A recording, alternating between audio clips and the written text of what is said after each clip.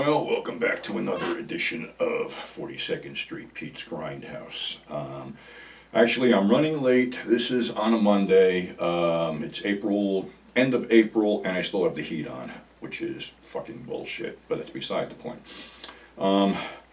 Going back to the Abdullah video from last week, several people PM'd me about it, asking me to elaborate on certain things. Obviously, a lot of people do not like Devin Nicholson. I wasn't going to do anything until I got a phone call over the weekend from my buddy, Mr. Insanity, Toby Klein, who is a former deathmatch wrestler who now is a licensed drug and alcohol counselor and promotes a small promotion in Ohio called Addicted to Wrestling. And first off, I looked at some of these videos of his Mr. Hannibal, Devin Nicholson's alter ego shoot interviews, obviously a concept he stole from RF Video because they invented it. And seems that he has a collection of clips from shoot interviews, all derogatory to Abdullah the Butcher. One of them was Rocky Johnson, who claimed that he started with Abdullah up in Canada, and when Abdullah hit the big time, he never thought of Rocky. Well, that's sour grapes, dude. You fucking know it, because if somebody gets elevated, that's their deal. You know, if they elevate themselves, that's their deal. And to be honest with you, not to speak ill of the dead, your reputation isn't that sterling either, as far as with women and some other shit that we know you got jackpotted on before you passed away. So that's that. Jerry Jarrett said something about Abby cutting a referee or cutting a ring announcer or something for no reason. Okay, if he did that, that's assault. Why were no charges pressed? If all this shit that was supposedly going on with him supposedly cutting people without their permission and shit, that's fucking assault. Now, if it happened, charges should have been pressed. And if they weren't pressed, well, who's that on, you know, really? The other thing is, Toby told me that prior to this incident with Hannibal and Abdullah, where supposedly Hannibal got Hep C from Abdullah, Toby wrestled Abdullah down in Canton about 6 months before that incident. And they didn't agree to anything other than to cut themselves because they wanted a bloody match, and the only thing Abby asked of Toby was for him not to potato him in the ring. So after this news broke, of course, Toby got himself checked and he's fine. So that sort of leads to a little questioning of what the fuck is going on. And the other thing is, a friend of mine sent me a clip where Hannibal actually cut some referee or something. Honestly, this guy's fucking unstable. Why he's in the business, I don't know. I saw a clip of him at a convention, like I said before, actually picking a fight with Billy Jack Haynes.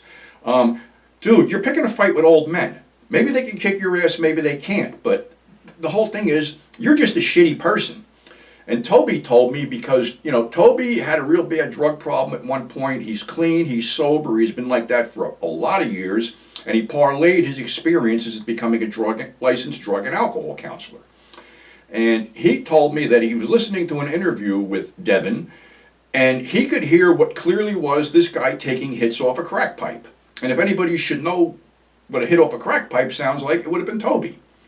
So the bottom line is, this guy's a fucking drug addict. He's a fucking serial abuser. He was last under house arrest in his parents' house, and he's something like in his mid-40s. I mean, dude, straighten the fuck out and grow up. You got no business being in the goddamn business. And to segue onto something else, this whole deal with the WWE being sold to whoever, and all of a sudden Vince McMahon's back on the scene, but with dyed black hair and a nifty little fucking mustache, which makes him look like Snidely Whiplash, which would fit his personality, Snidely McMahon, because the motherfucker has got multiple charges against him, yet another guy who just fucking seems to skate and always comes back and is now on the board of this new deal.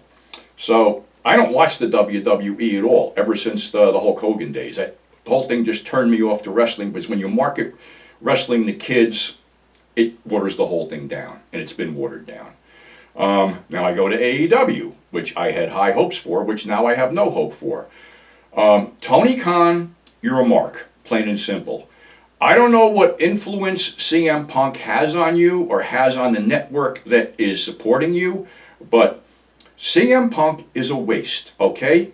He's not good for the business. He never was good for the business. And you're putting your money on a guy who basically, your whole roster basically can't fucking stand. And a guy who's completely injury prone. I mean, he was only there 6 months and he got hurt twice. One injury would put him out for a long time. So again, why are you bringing this guy back? Does Warner Brothers have that much influence on you to make you have to pick and choose who's in your promotion? Because if they do, it's not your promotion anymore. Again, you're a mark. You don't know how to book. This whole thing about, I've been watching this shit, God, close to 50 years. Maybe over 50 years. I've seen, the changes that come. And there's certain things that, never should change. And to book fucking angles, you have to build angles up. And, feuds should last a few months, not a week or two.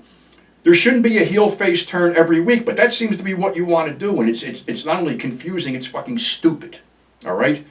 I'll just go with this TNT title that you basically just took it off of Hobbs, only had it for a couple of weeks, and put it back on Wardlow, and now it looks like you're going to take it off Wardlow and put it on Luchasaurus.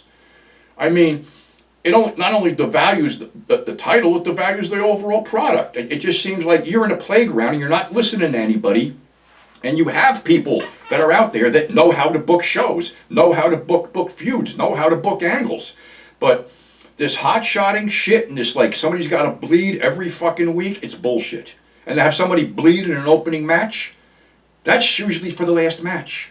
Don't you watch anything? Don't you talk to anybody who's in the business or was in the business that knows how to do this shit? Because, dude, right about now, I have no interest in any of this shit. I'd rather pull out my old CZW DVDs, my old ECW stuff, IWA Mid-South, Ring of Honor, and watch real actual wrestling with credible fucking storylines, well-booked fucking angles, and well-booked feuds than to watch this bullshit which changes every fucking week. And another thing is, you're jerking around with this women's title. Jade Cargill is not a draw, okay? She's not a draw. Why she has this friggin' belt on for so long is beyond me. But another thing with the women's division is, why don't you have a women's tag team champs? I mean, you got all this shit going. You own Ring of Honor, yet Ring of Honor is interspersed with AEW stuff. And I know there's supposedly a separate Ring of Honor taping channel that's streaming somewhere. But I'll be fucked if I'm subscribing to all this shit to keep up on all this stuff when none of it makes any damn sense to me. You got another 2-hour show on Saturday. Why don't you make it Ring of Honor and put all those guys there? Separate the two rosters because, dude, this is not only confusing, it's fucking stupid. So, those are my thoughts on the whole thing. And, the whole thing with Butch Miller passing away over WrestleMania weekend or whatever it was, he wasn't the only casualty. It seems that Sabu was out there and had suffered several seizures and had to be hospitalized. And I'm wondering how the hell he is. And then Toby told me that Terry Funk is now in a nursing home and he has Alzheimer's, or whatever the hell it is. So, these guys, entertained us by putting their bodies on the line for us. And at the end of the day, it's like, man, they're all fucked up and it's not cool at all. So that's my opinion on the whole thing. And I got some other stuff coming up in the next episode I'll tell you about. But that's all I got for today because, like I said, some people wanted me to comment on this Abby thing. And there you go. So until next episode, stay safe. Thanks for subscribing. Thanks for tuning in. And we'll catch you on the flip side.